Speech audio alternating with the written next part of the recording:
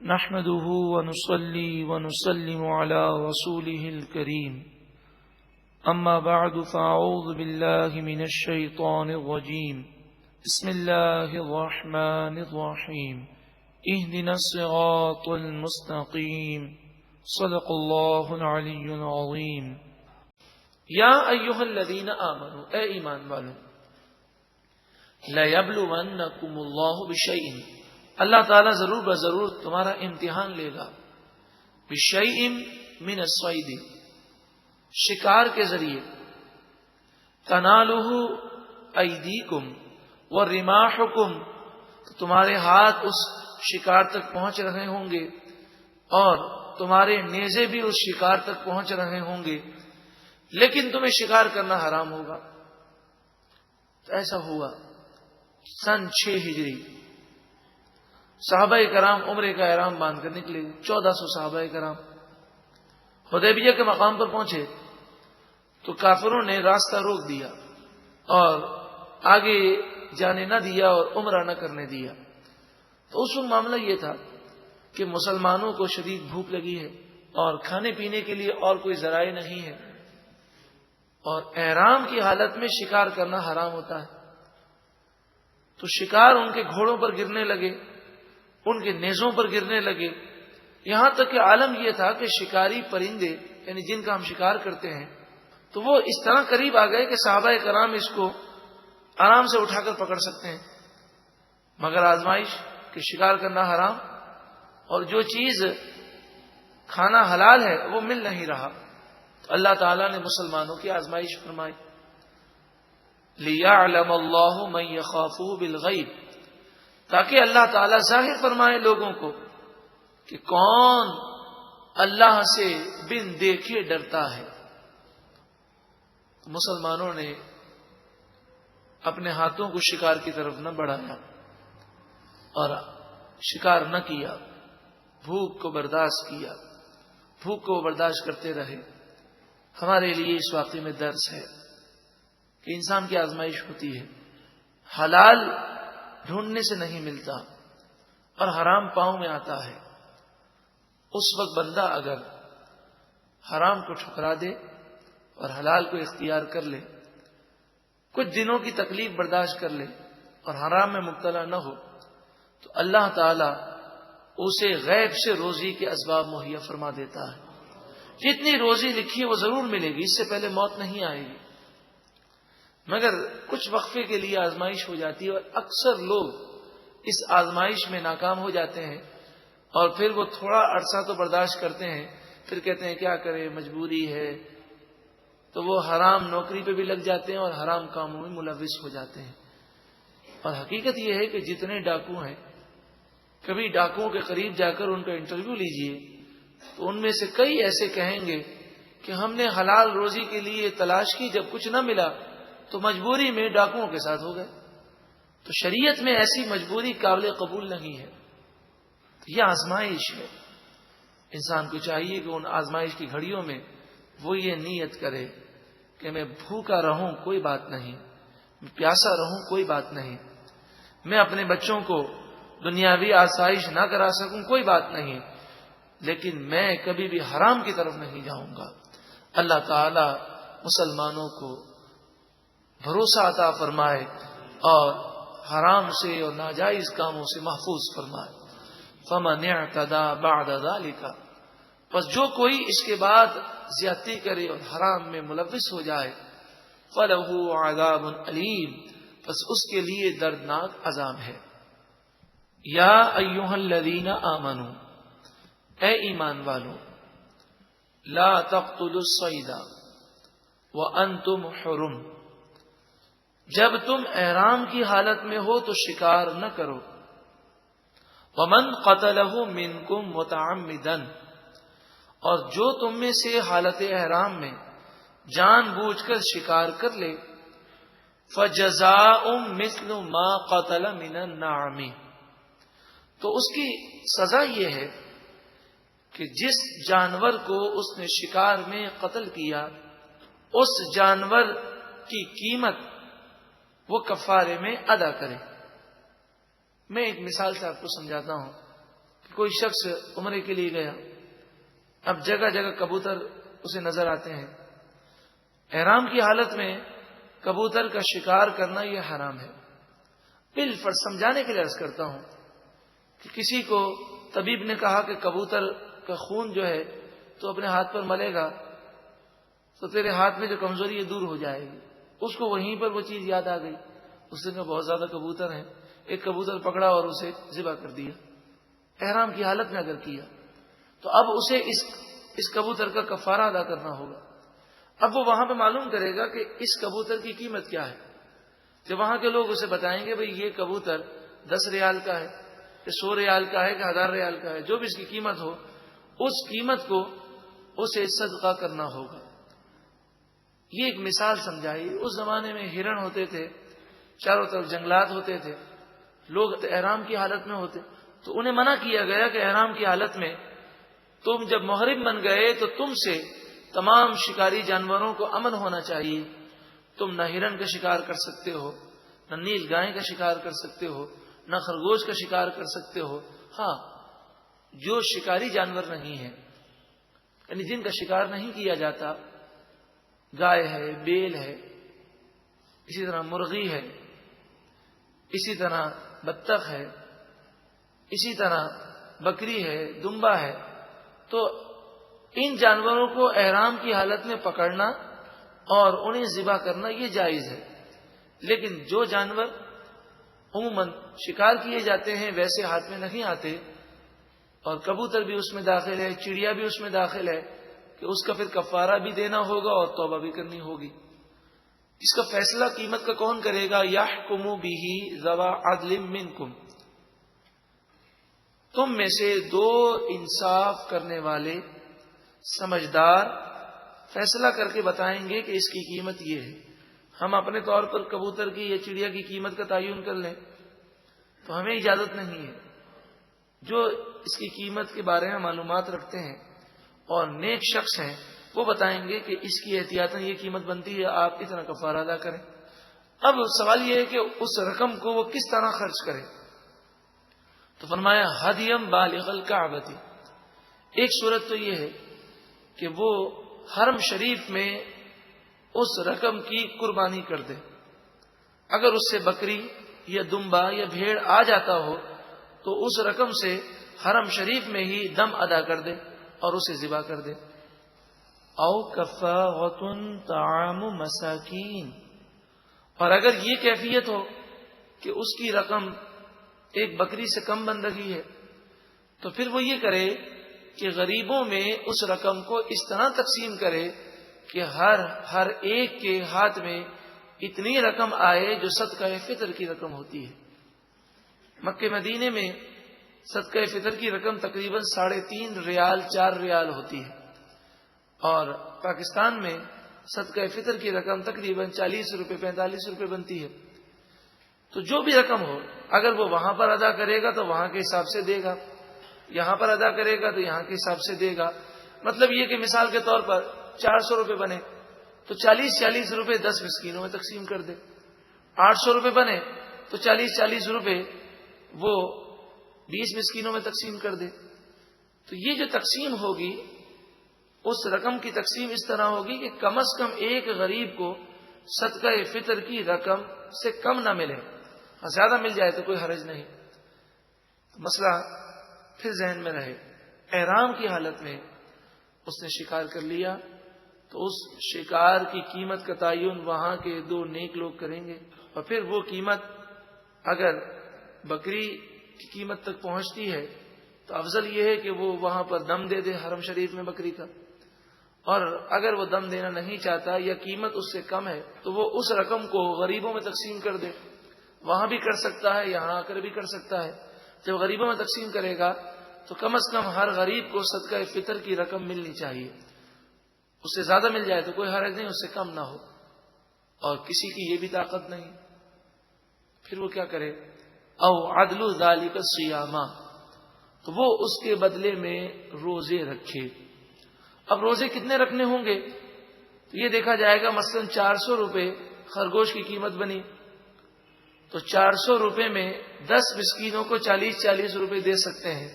تو اسے 10 روزے رکھنے ہوں گے، اور اگر اس کی قیمت 800 روپے بنی تو اسے 20 روزے رکھنے ہوں گے، اگر اس کی قیمت 1200 روپے بنی تو اسے 30 روزے رکھنے ہوں گے۔ اس طرح جو قیمت بنے وہ صدقہ فطر کی رقم سے تقسیم کیا جائے، فی زمانہ 40-45 روپے سے تقسیم کریں، اور پھر دیکھ لیں کہ یہ کتنے آدمیوں میں تقسیم ہو سکتی ہے۔ اب وہ اتنی رقم تو نہیں رکھتا تو اس کے بدلے میں اتنے روزے رکھ لے۔ لِيَذُوقَ وَبَالَ أَمْرِهِ، اپنے گناہ کا وبال وہ چکھیں، اس لیے یہ حکم دیا گیا تاکہ آئندہ کوئی یہ گناہ نہ کرے۔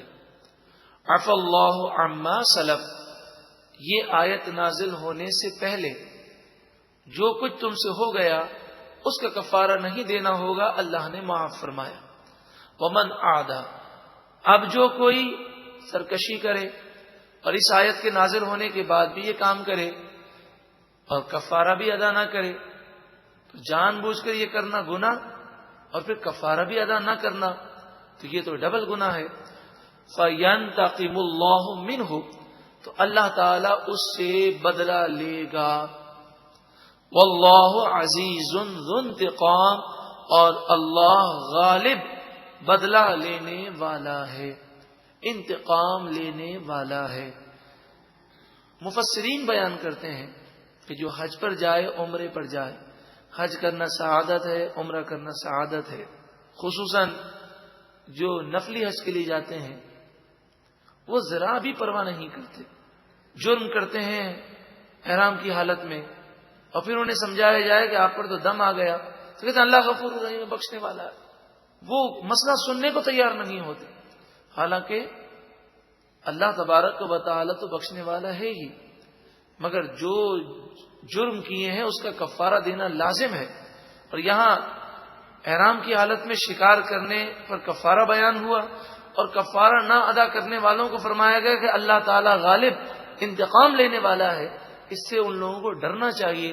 اگر آپ نے حج کیا، عمرہ کیا اور کوئی جرم ہو گیا ہو، آپ کو جرم بھی یاد ہو اور کفارہ ادا نہ کیا ہو، تو ابھی کفارہ ادا کرنے کی کوئی صورت کریں۔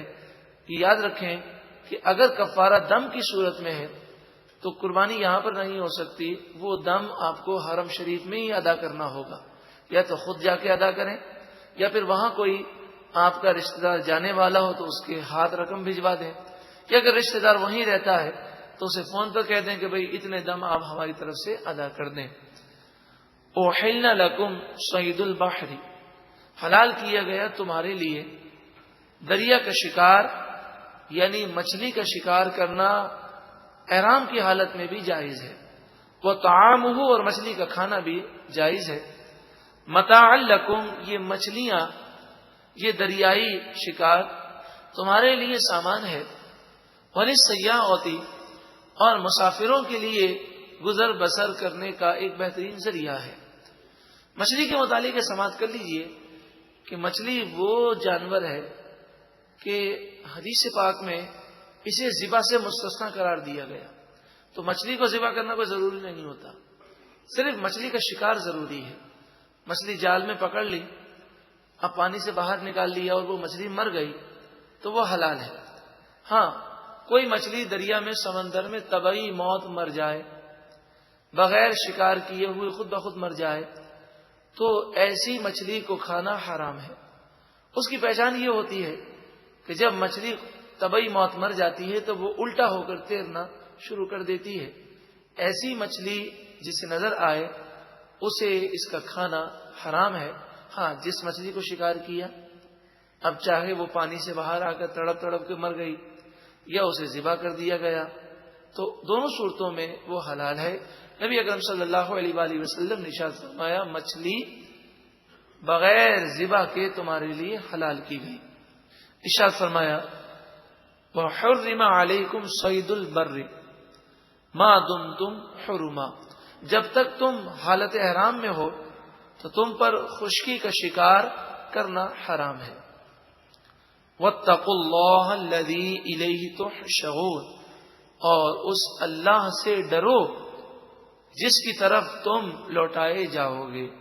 جو چیز حرام کہی گئی اسے حرام سمجھو، اس کی پابندی کرو اور اللہ سے ڈرو کہ ایک نہ ایک دن تمہیں مر کر اس کی بارگاہ میں جانا ہے. جعل اللہ الکعبۃ البیت الحرام قیاما للناس. اللہ تعالی نے خانہ کعبہ کو جو بیت الحرام ہے، عزت اور احترام والا گھر ہے، اسے اللہ تعالی نے لوگوں کے لیے برکت والا بنایا، قیام کی جگہ بنایا. والشہر الحرام، اور حرمت والے مہینوں کی عزت اللہ نے بیان فرمائی، انہیں عظمت عطا فرمائی. ذی قعدہ، ذی الحجہ، محرم اور رجب، یہ 4 مہینے شہر حرام کہلاتے ہیں. ذی قعدہ، ذی الحجہ، محرم اور رجب. والہدیہ، اور قربانی کے جانور.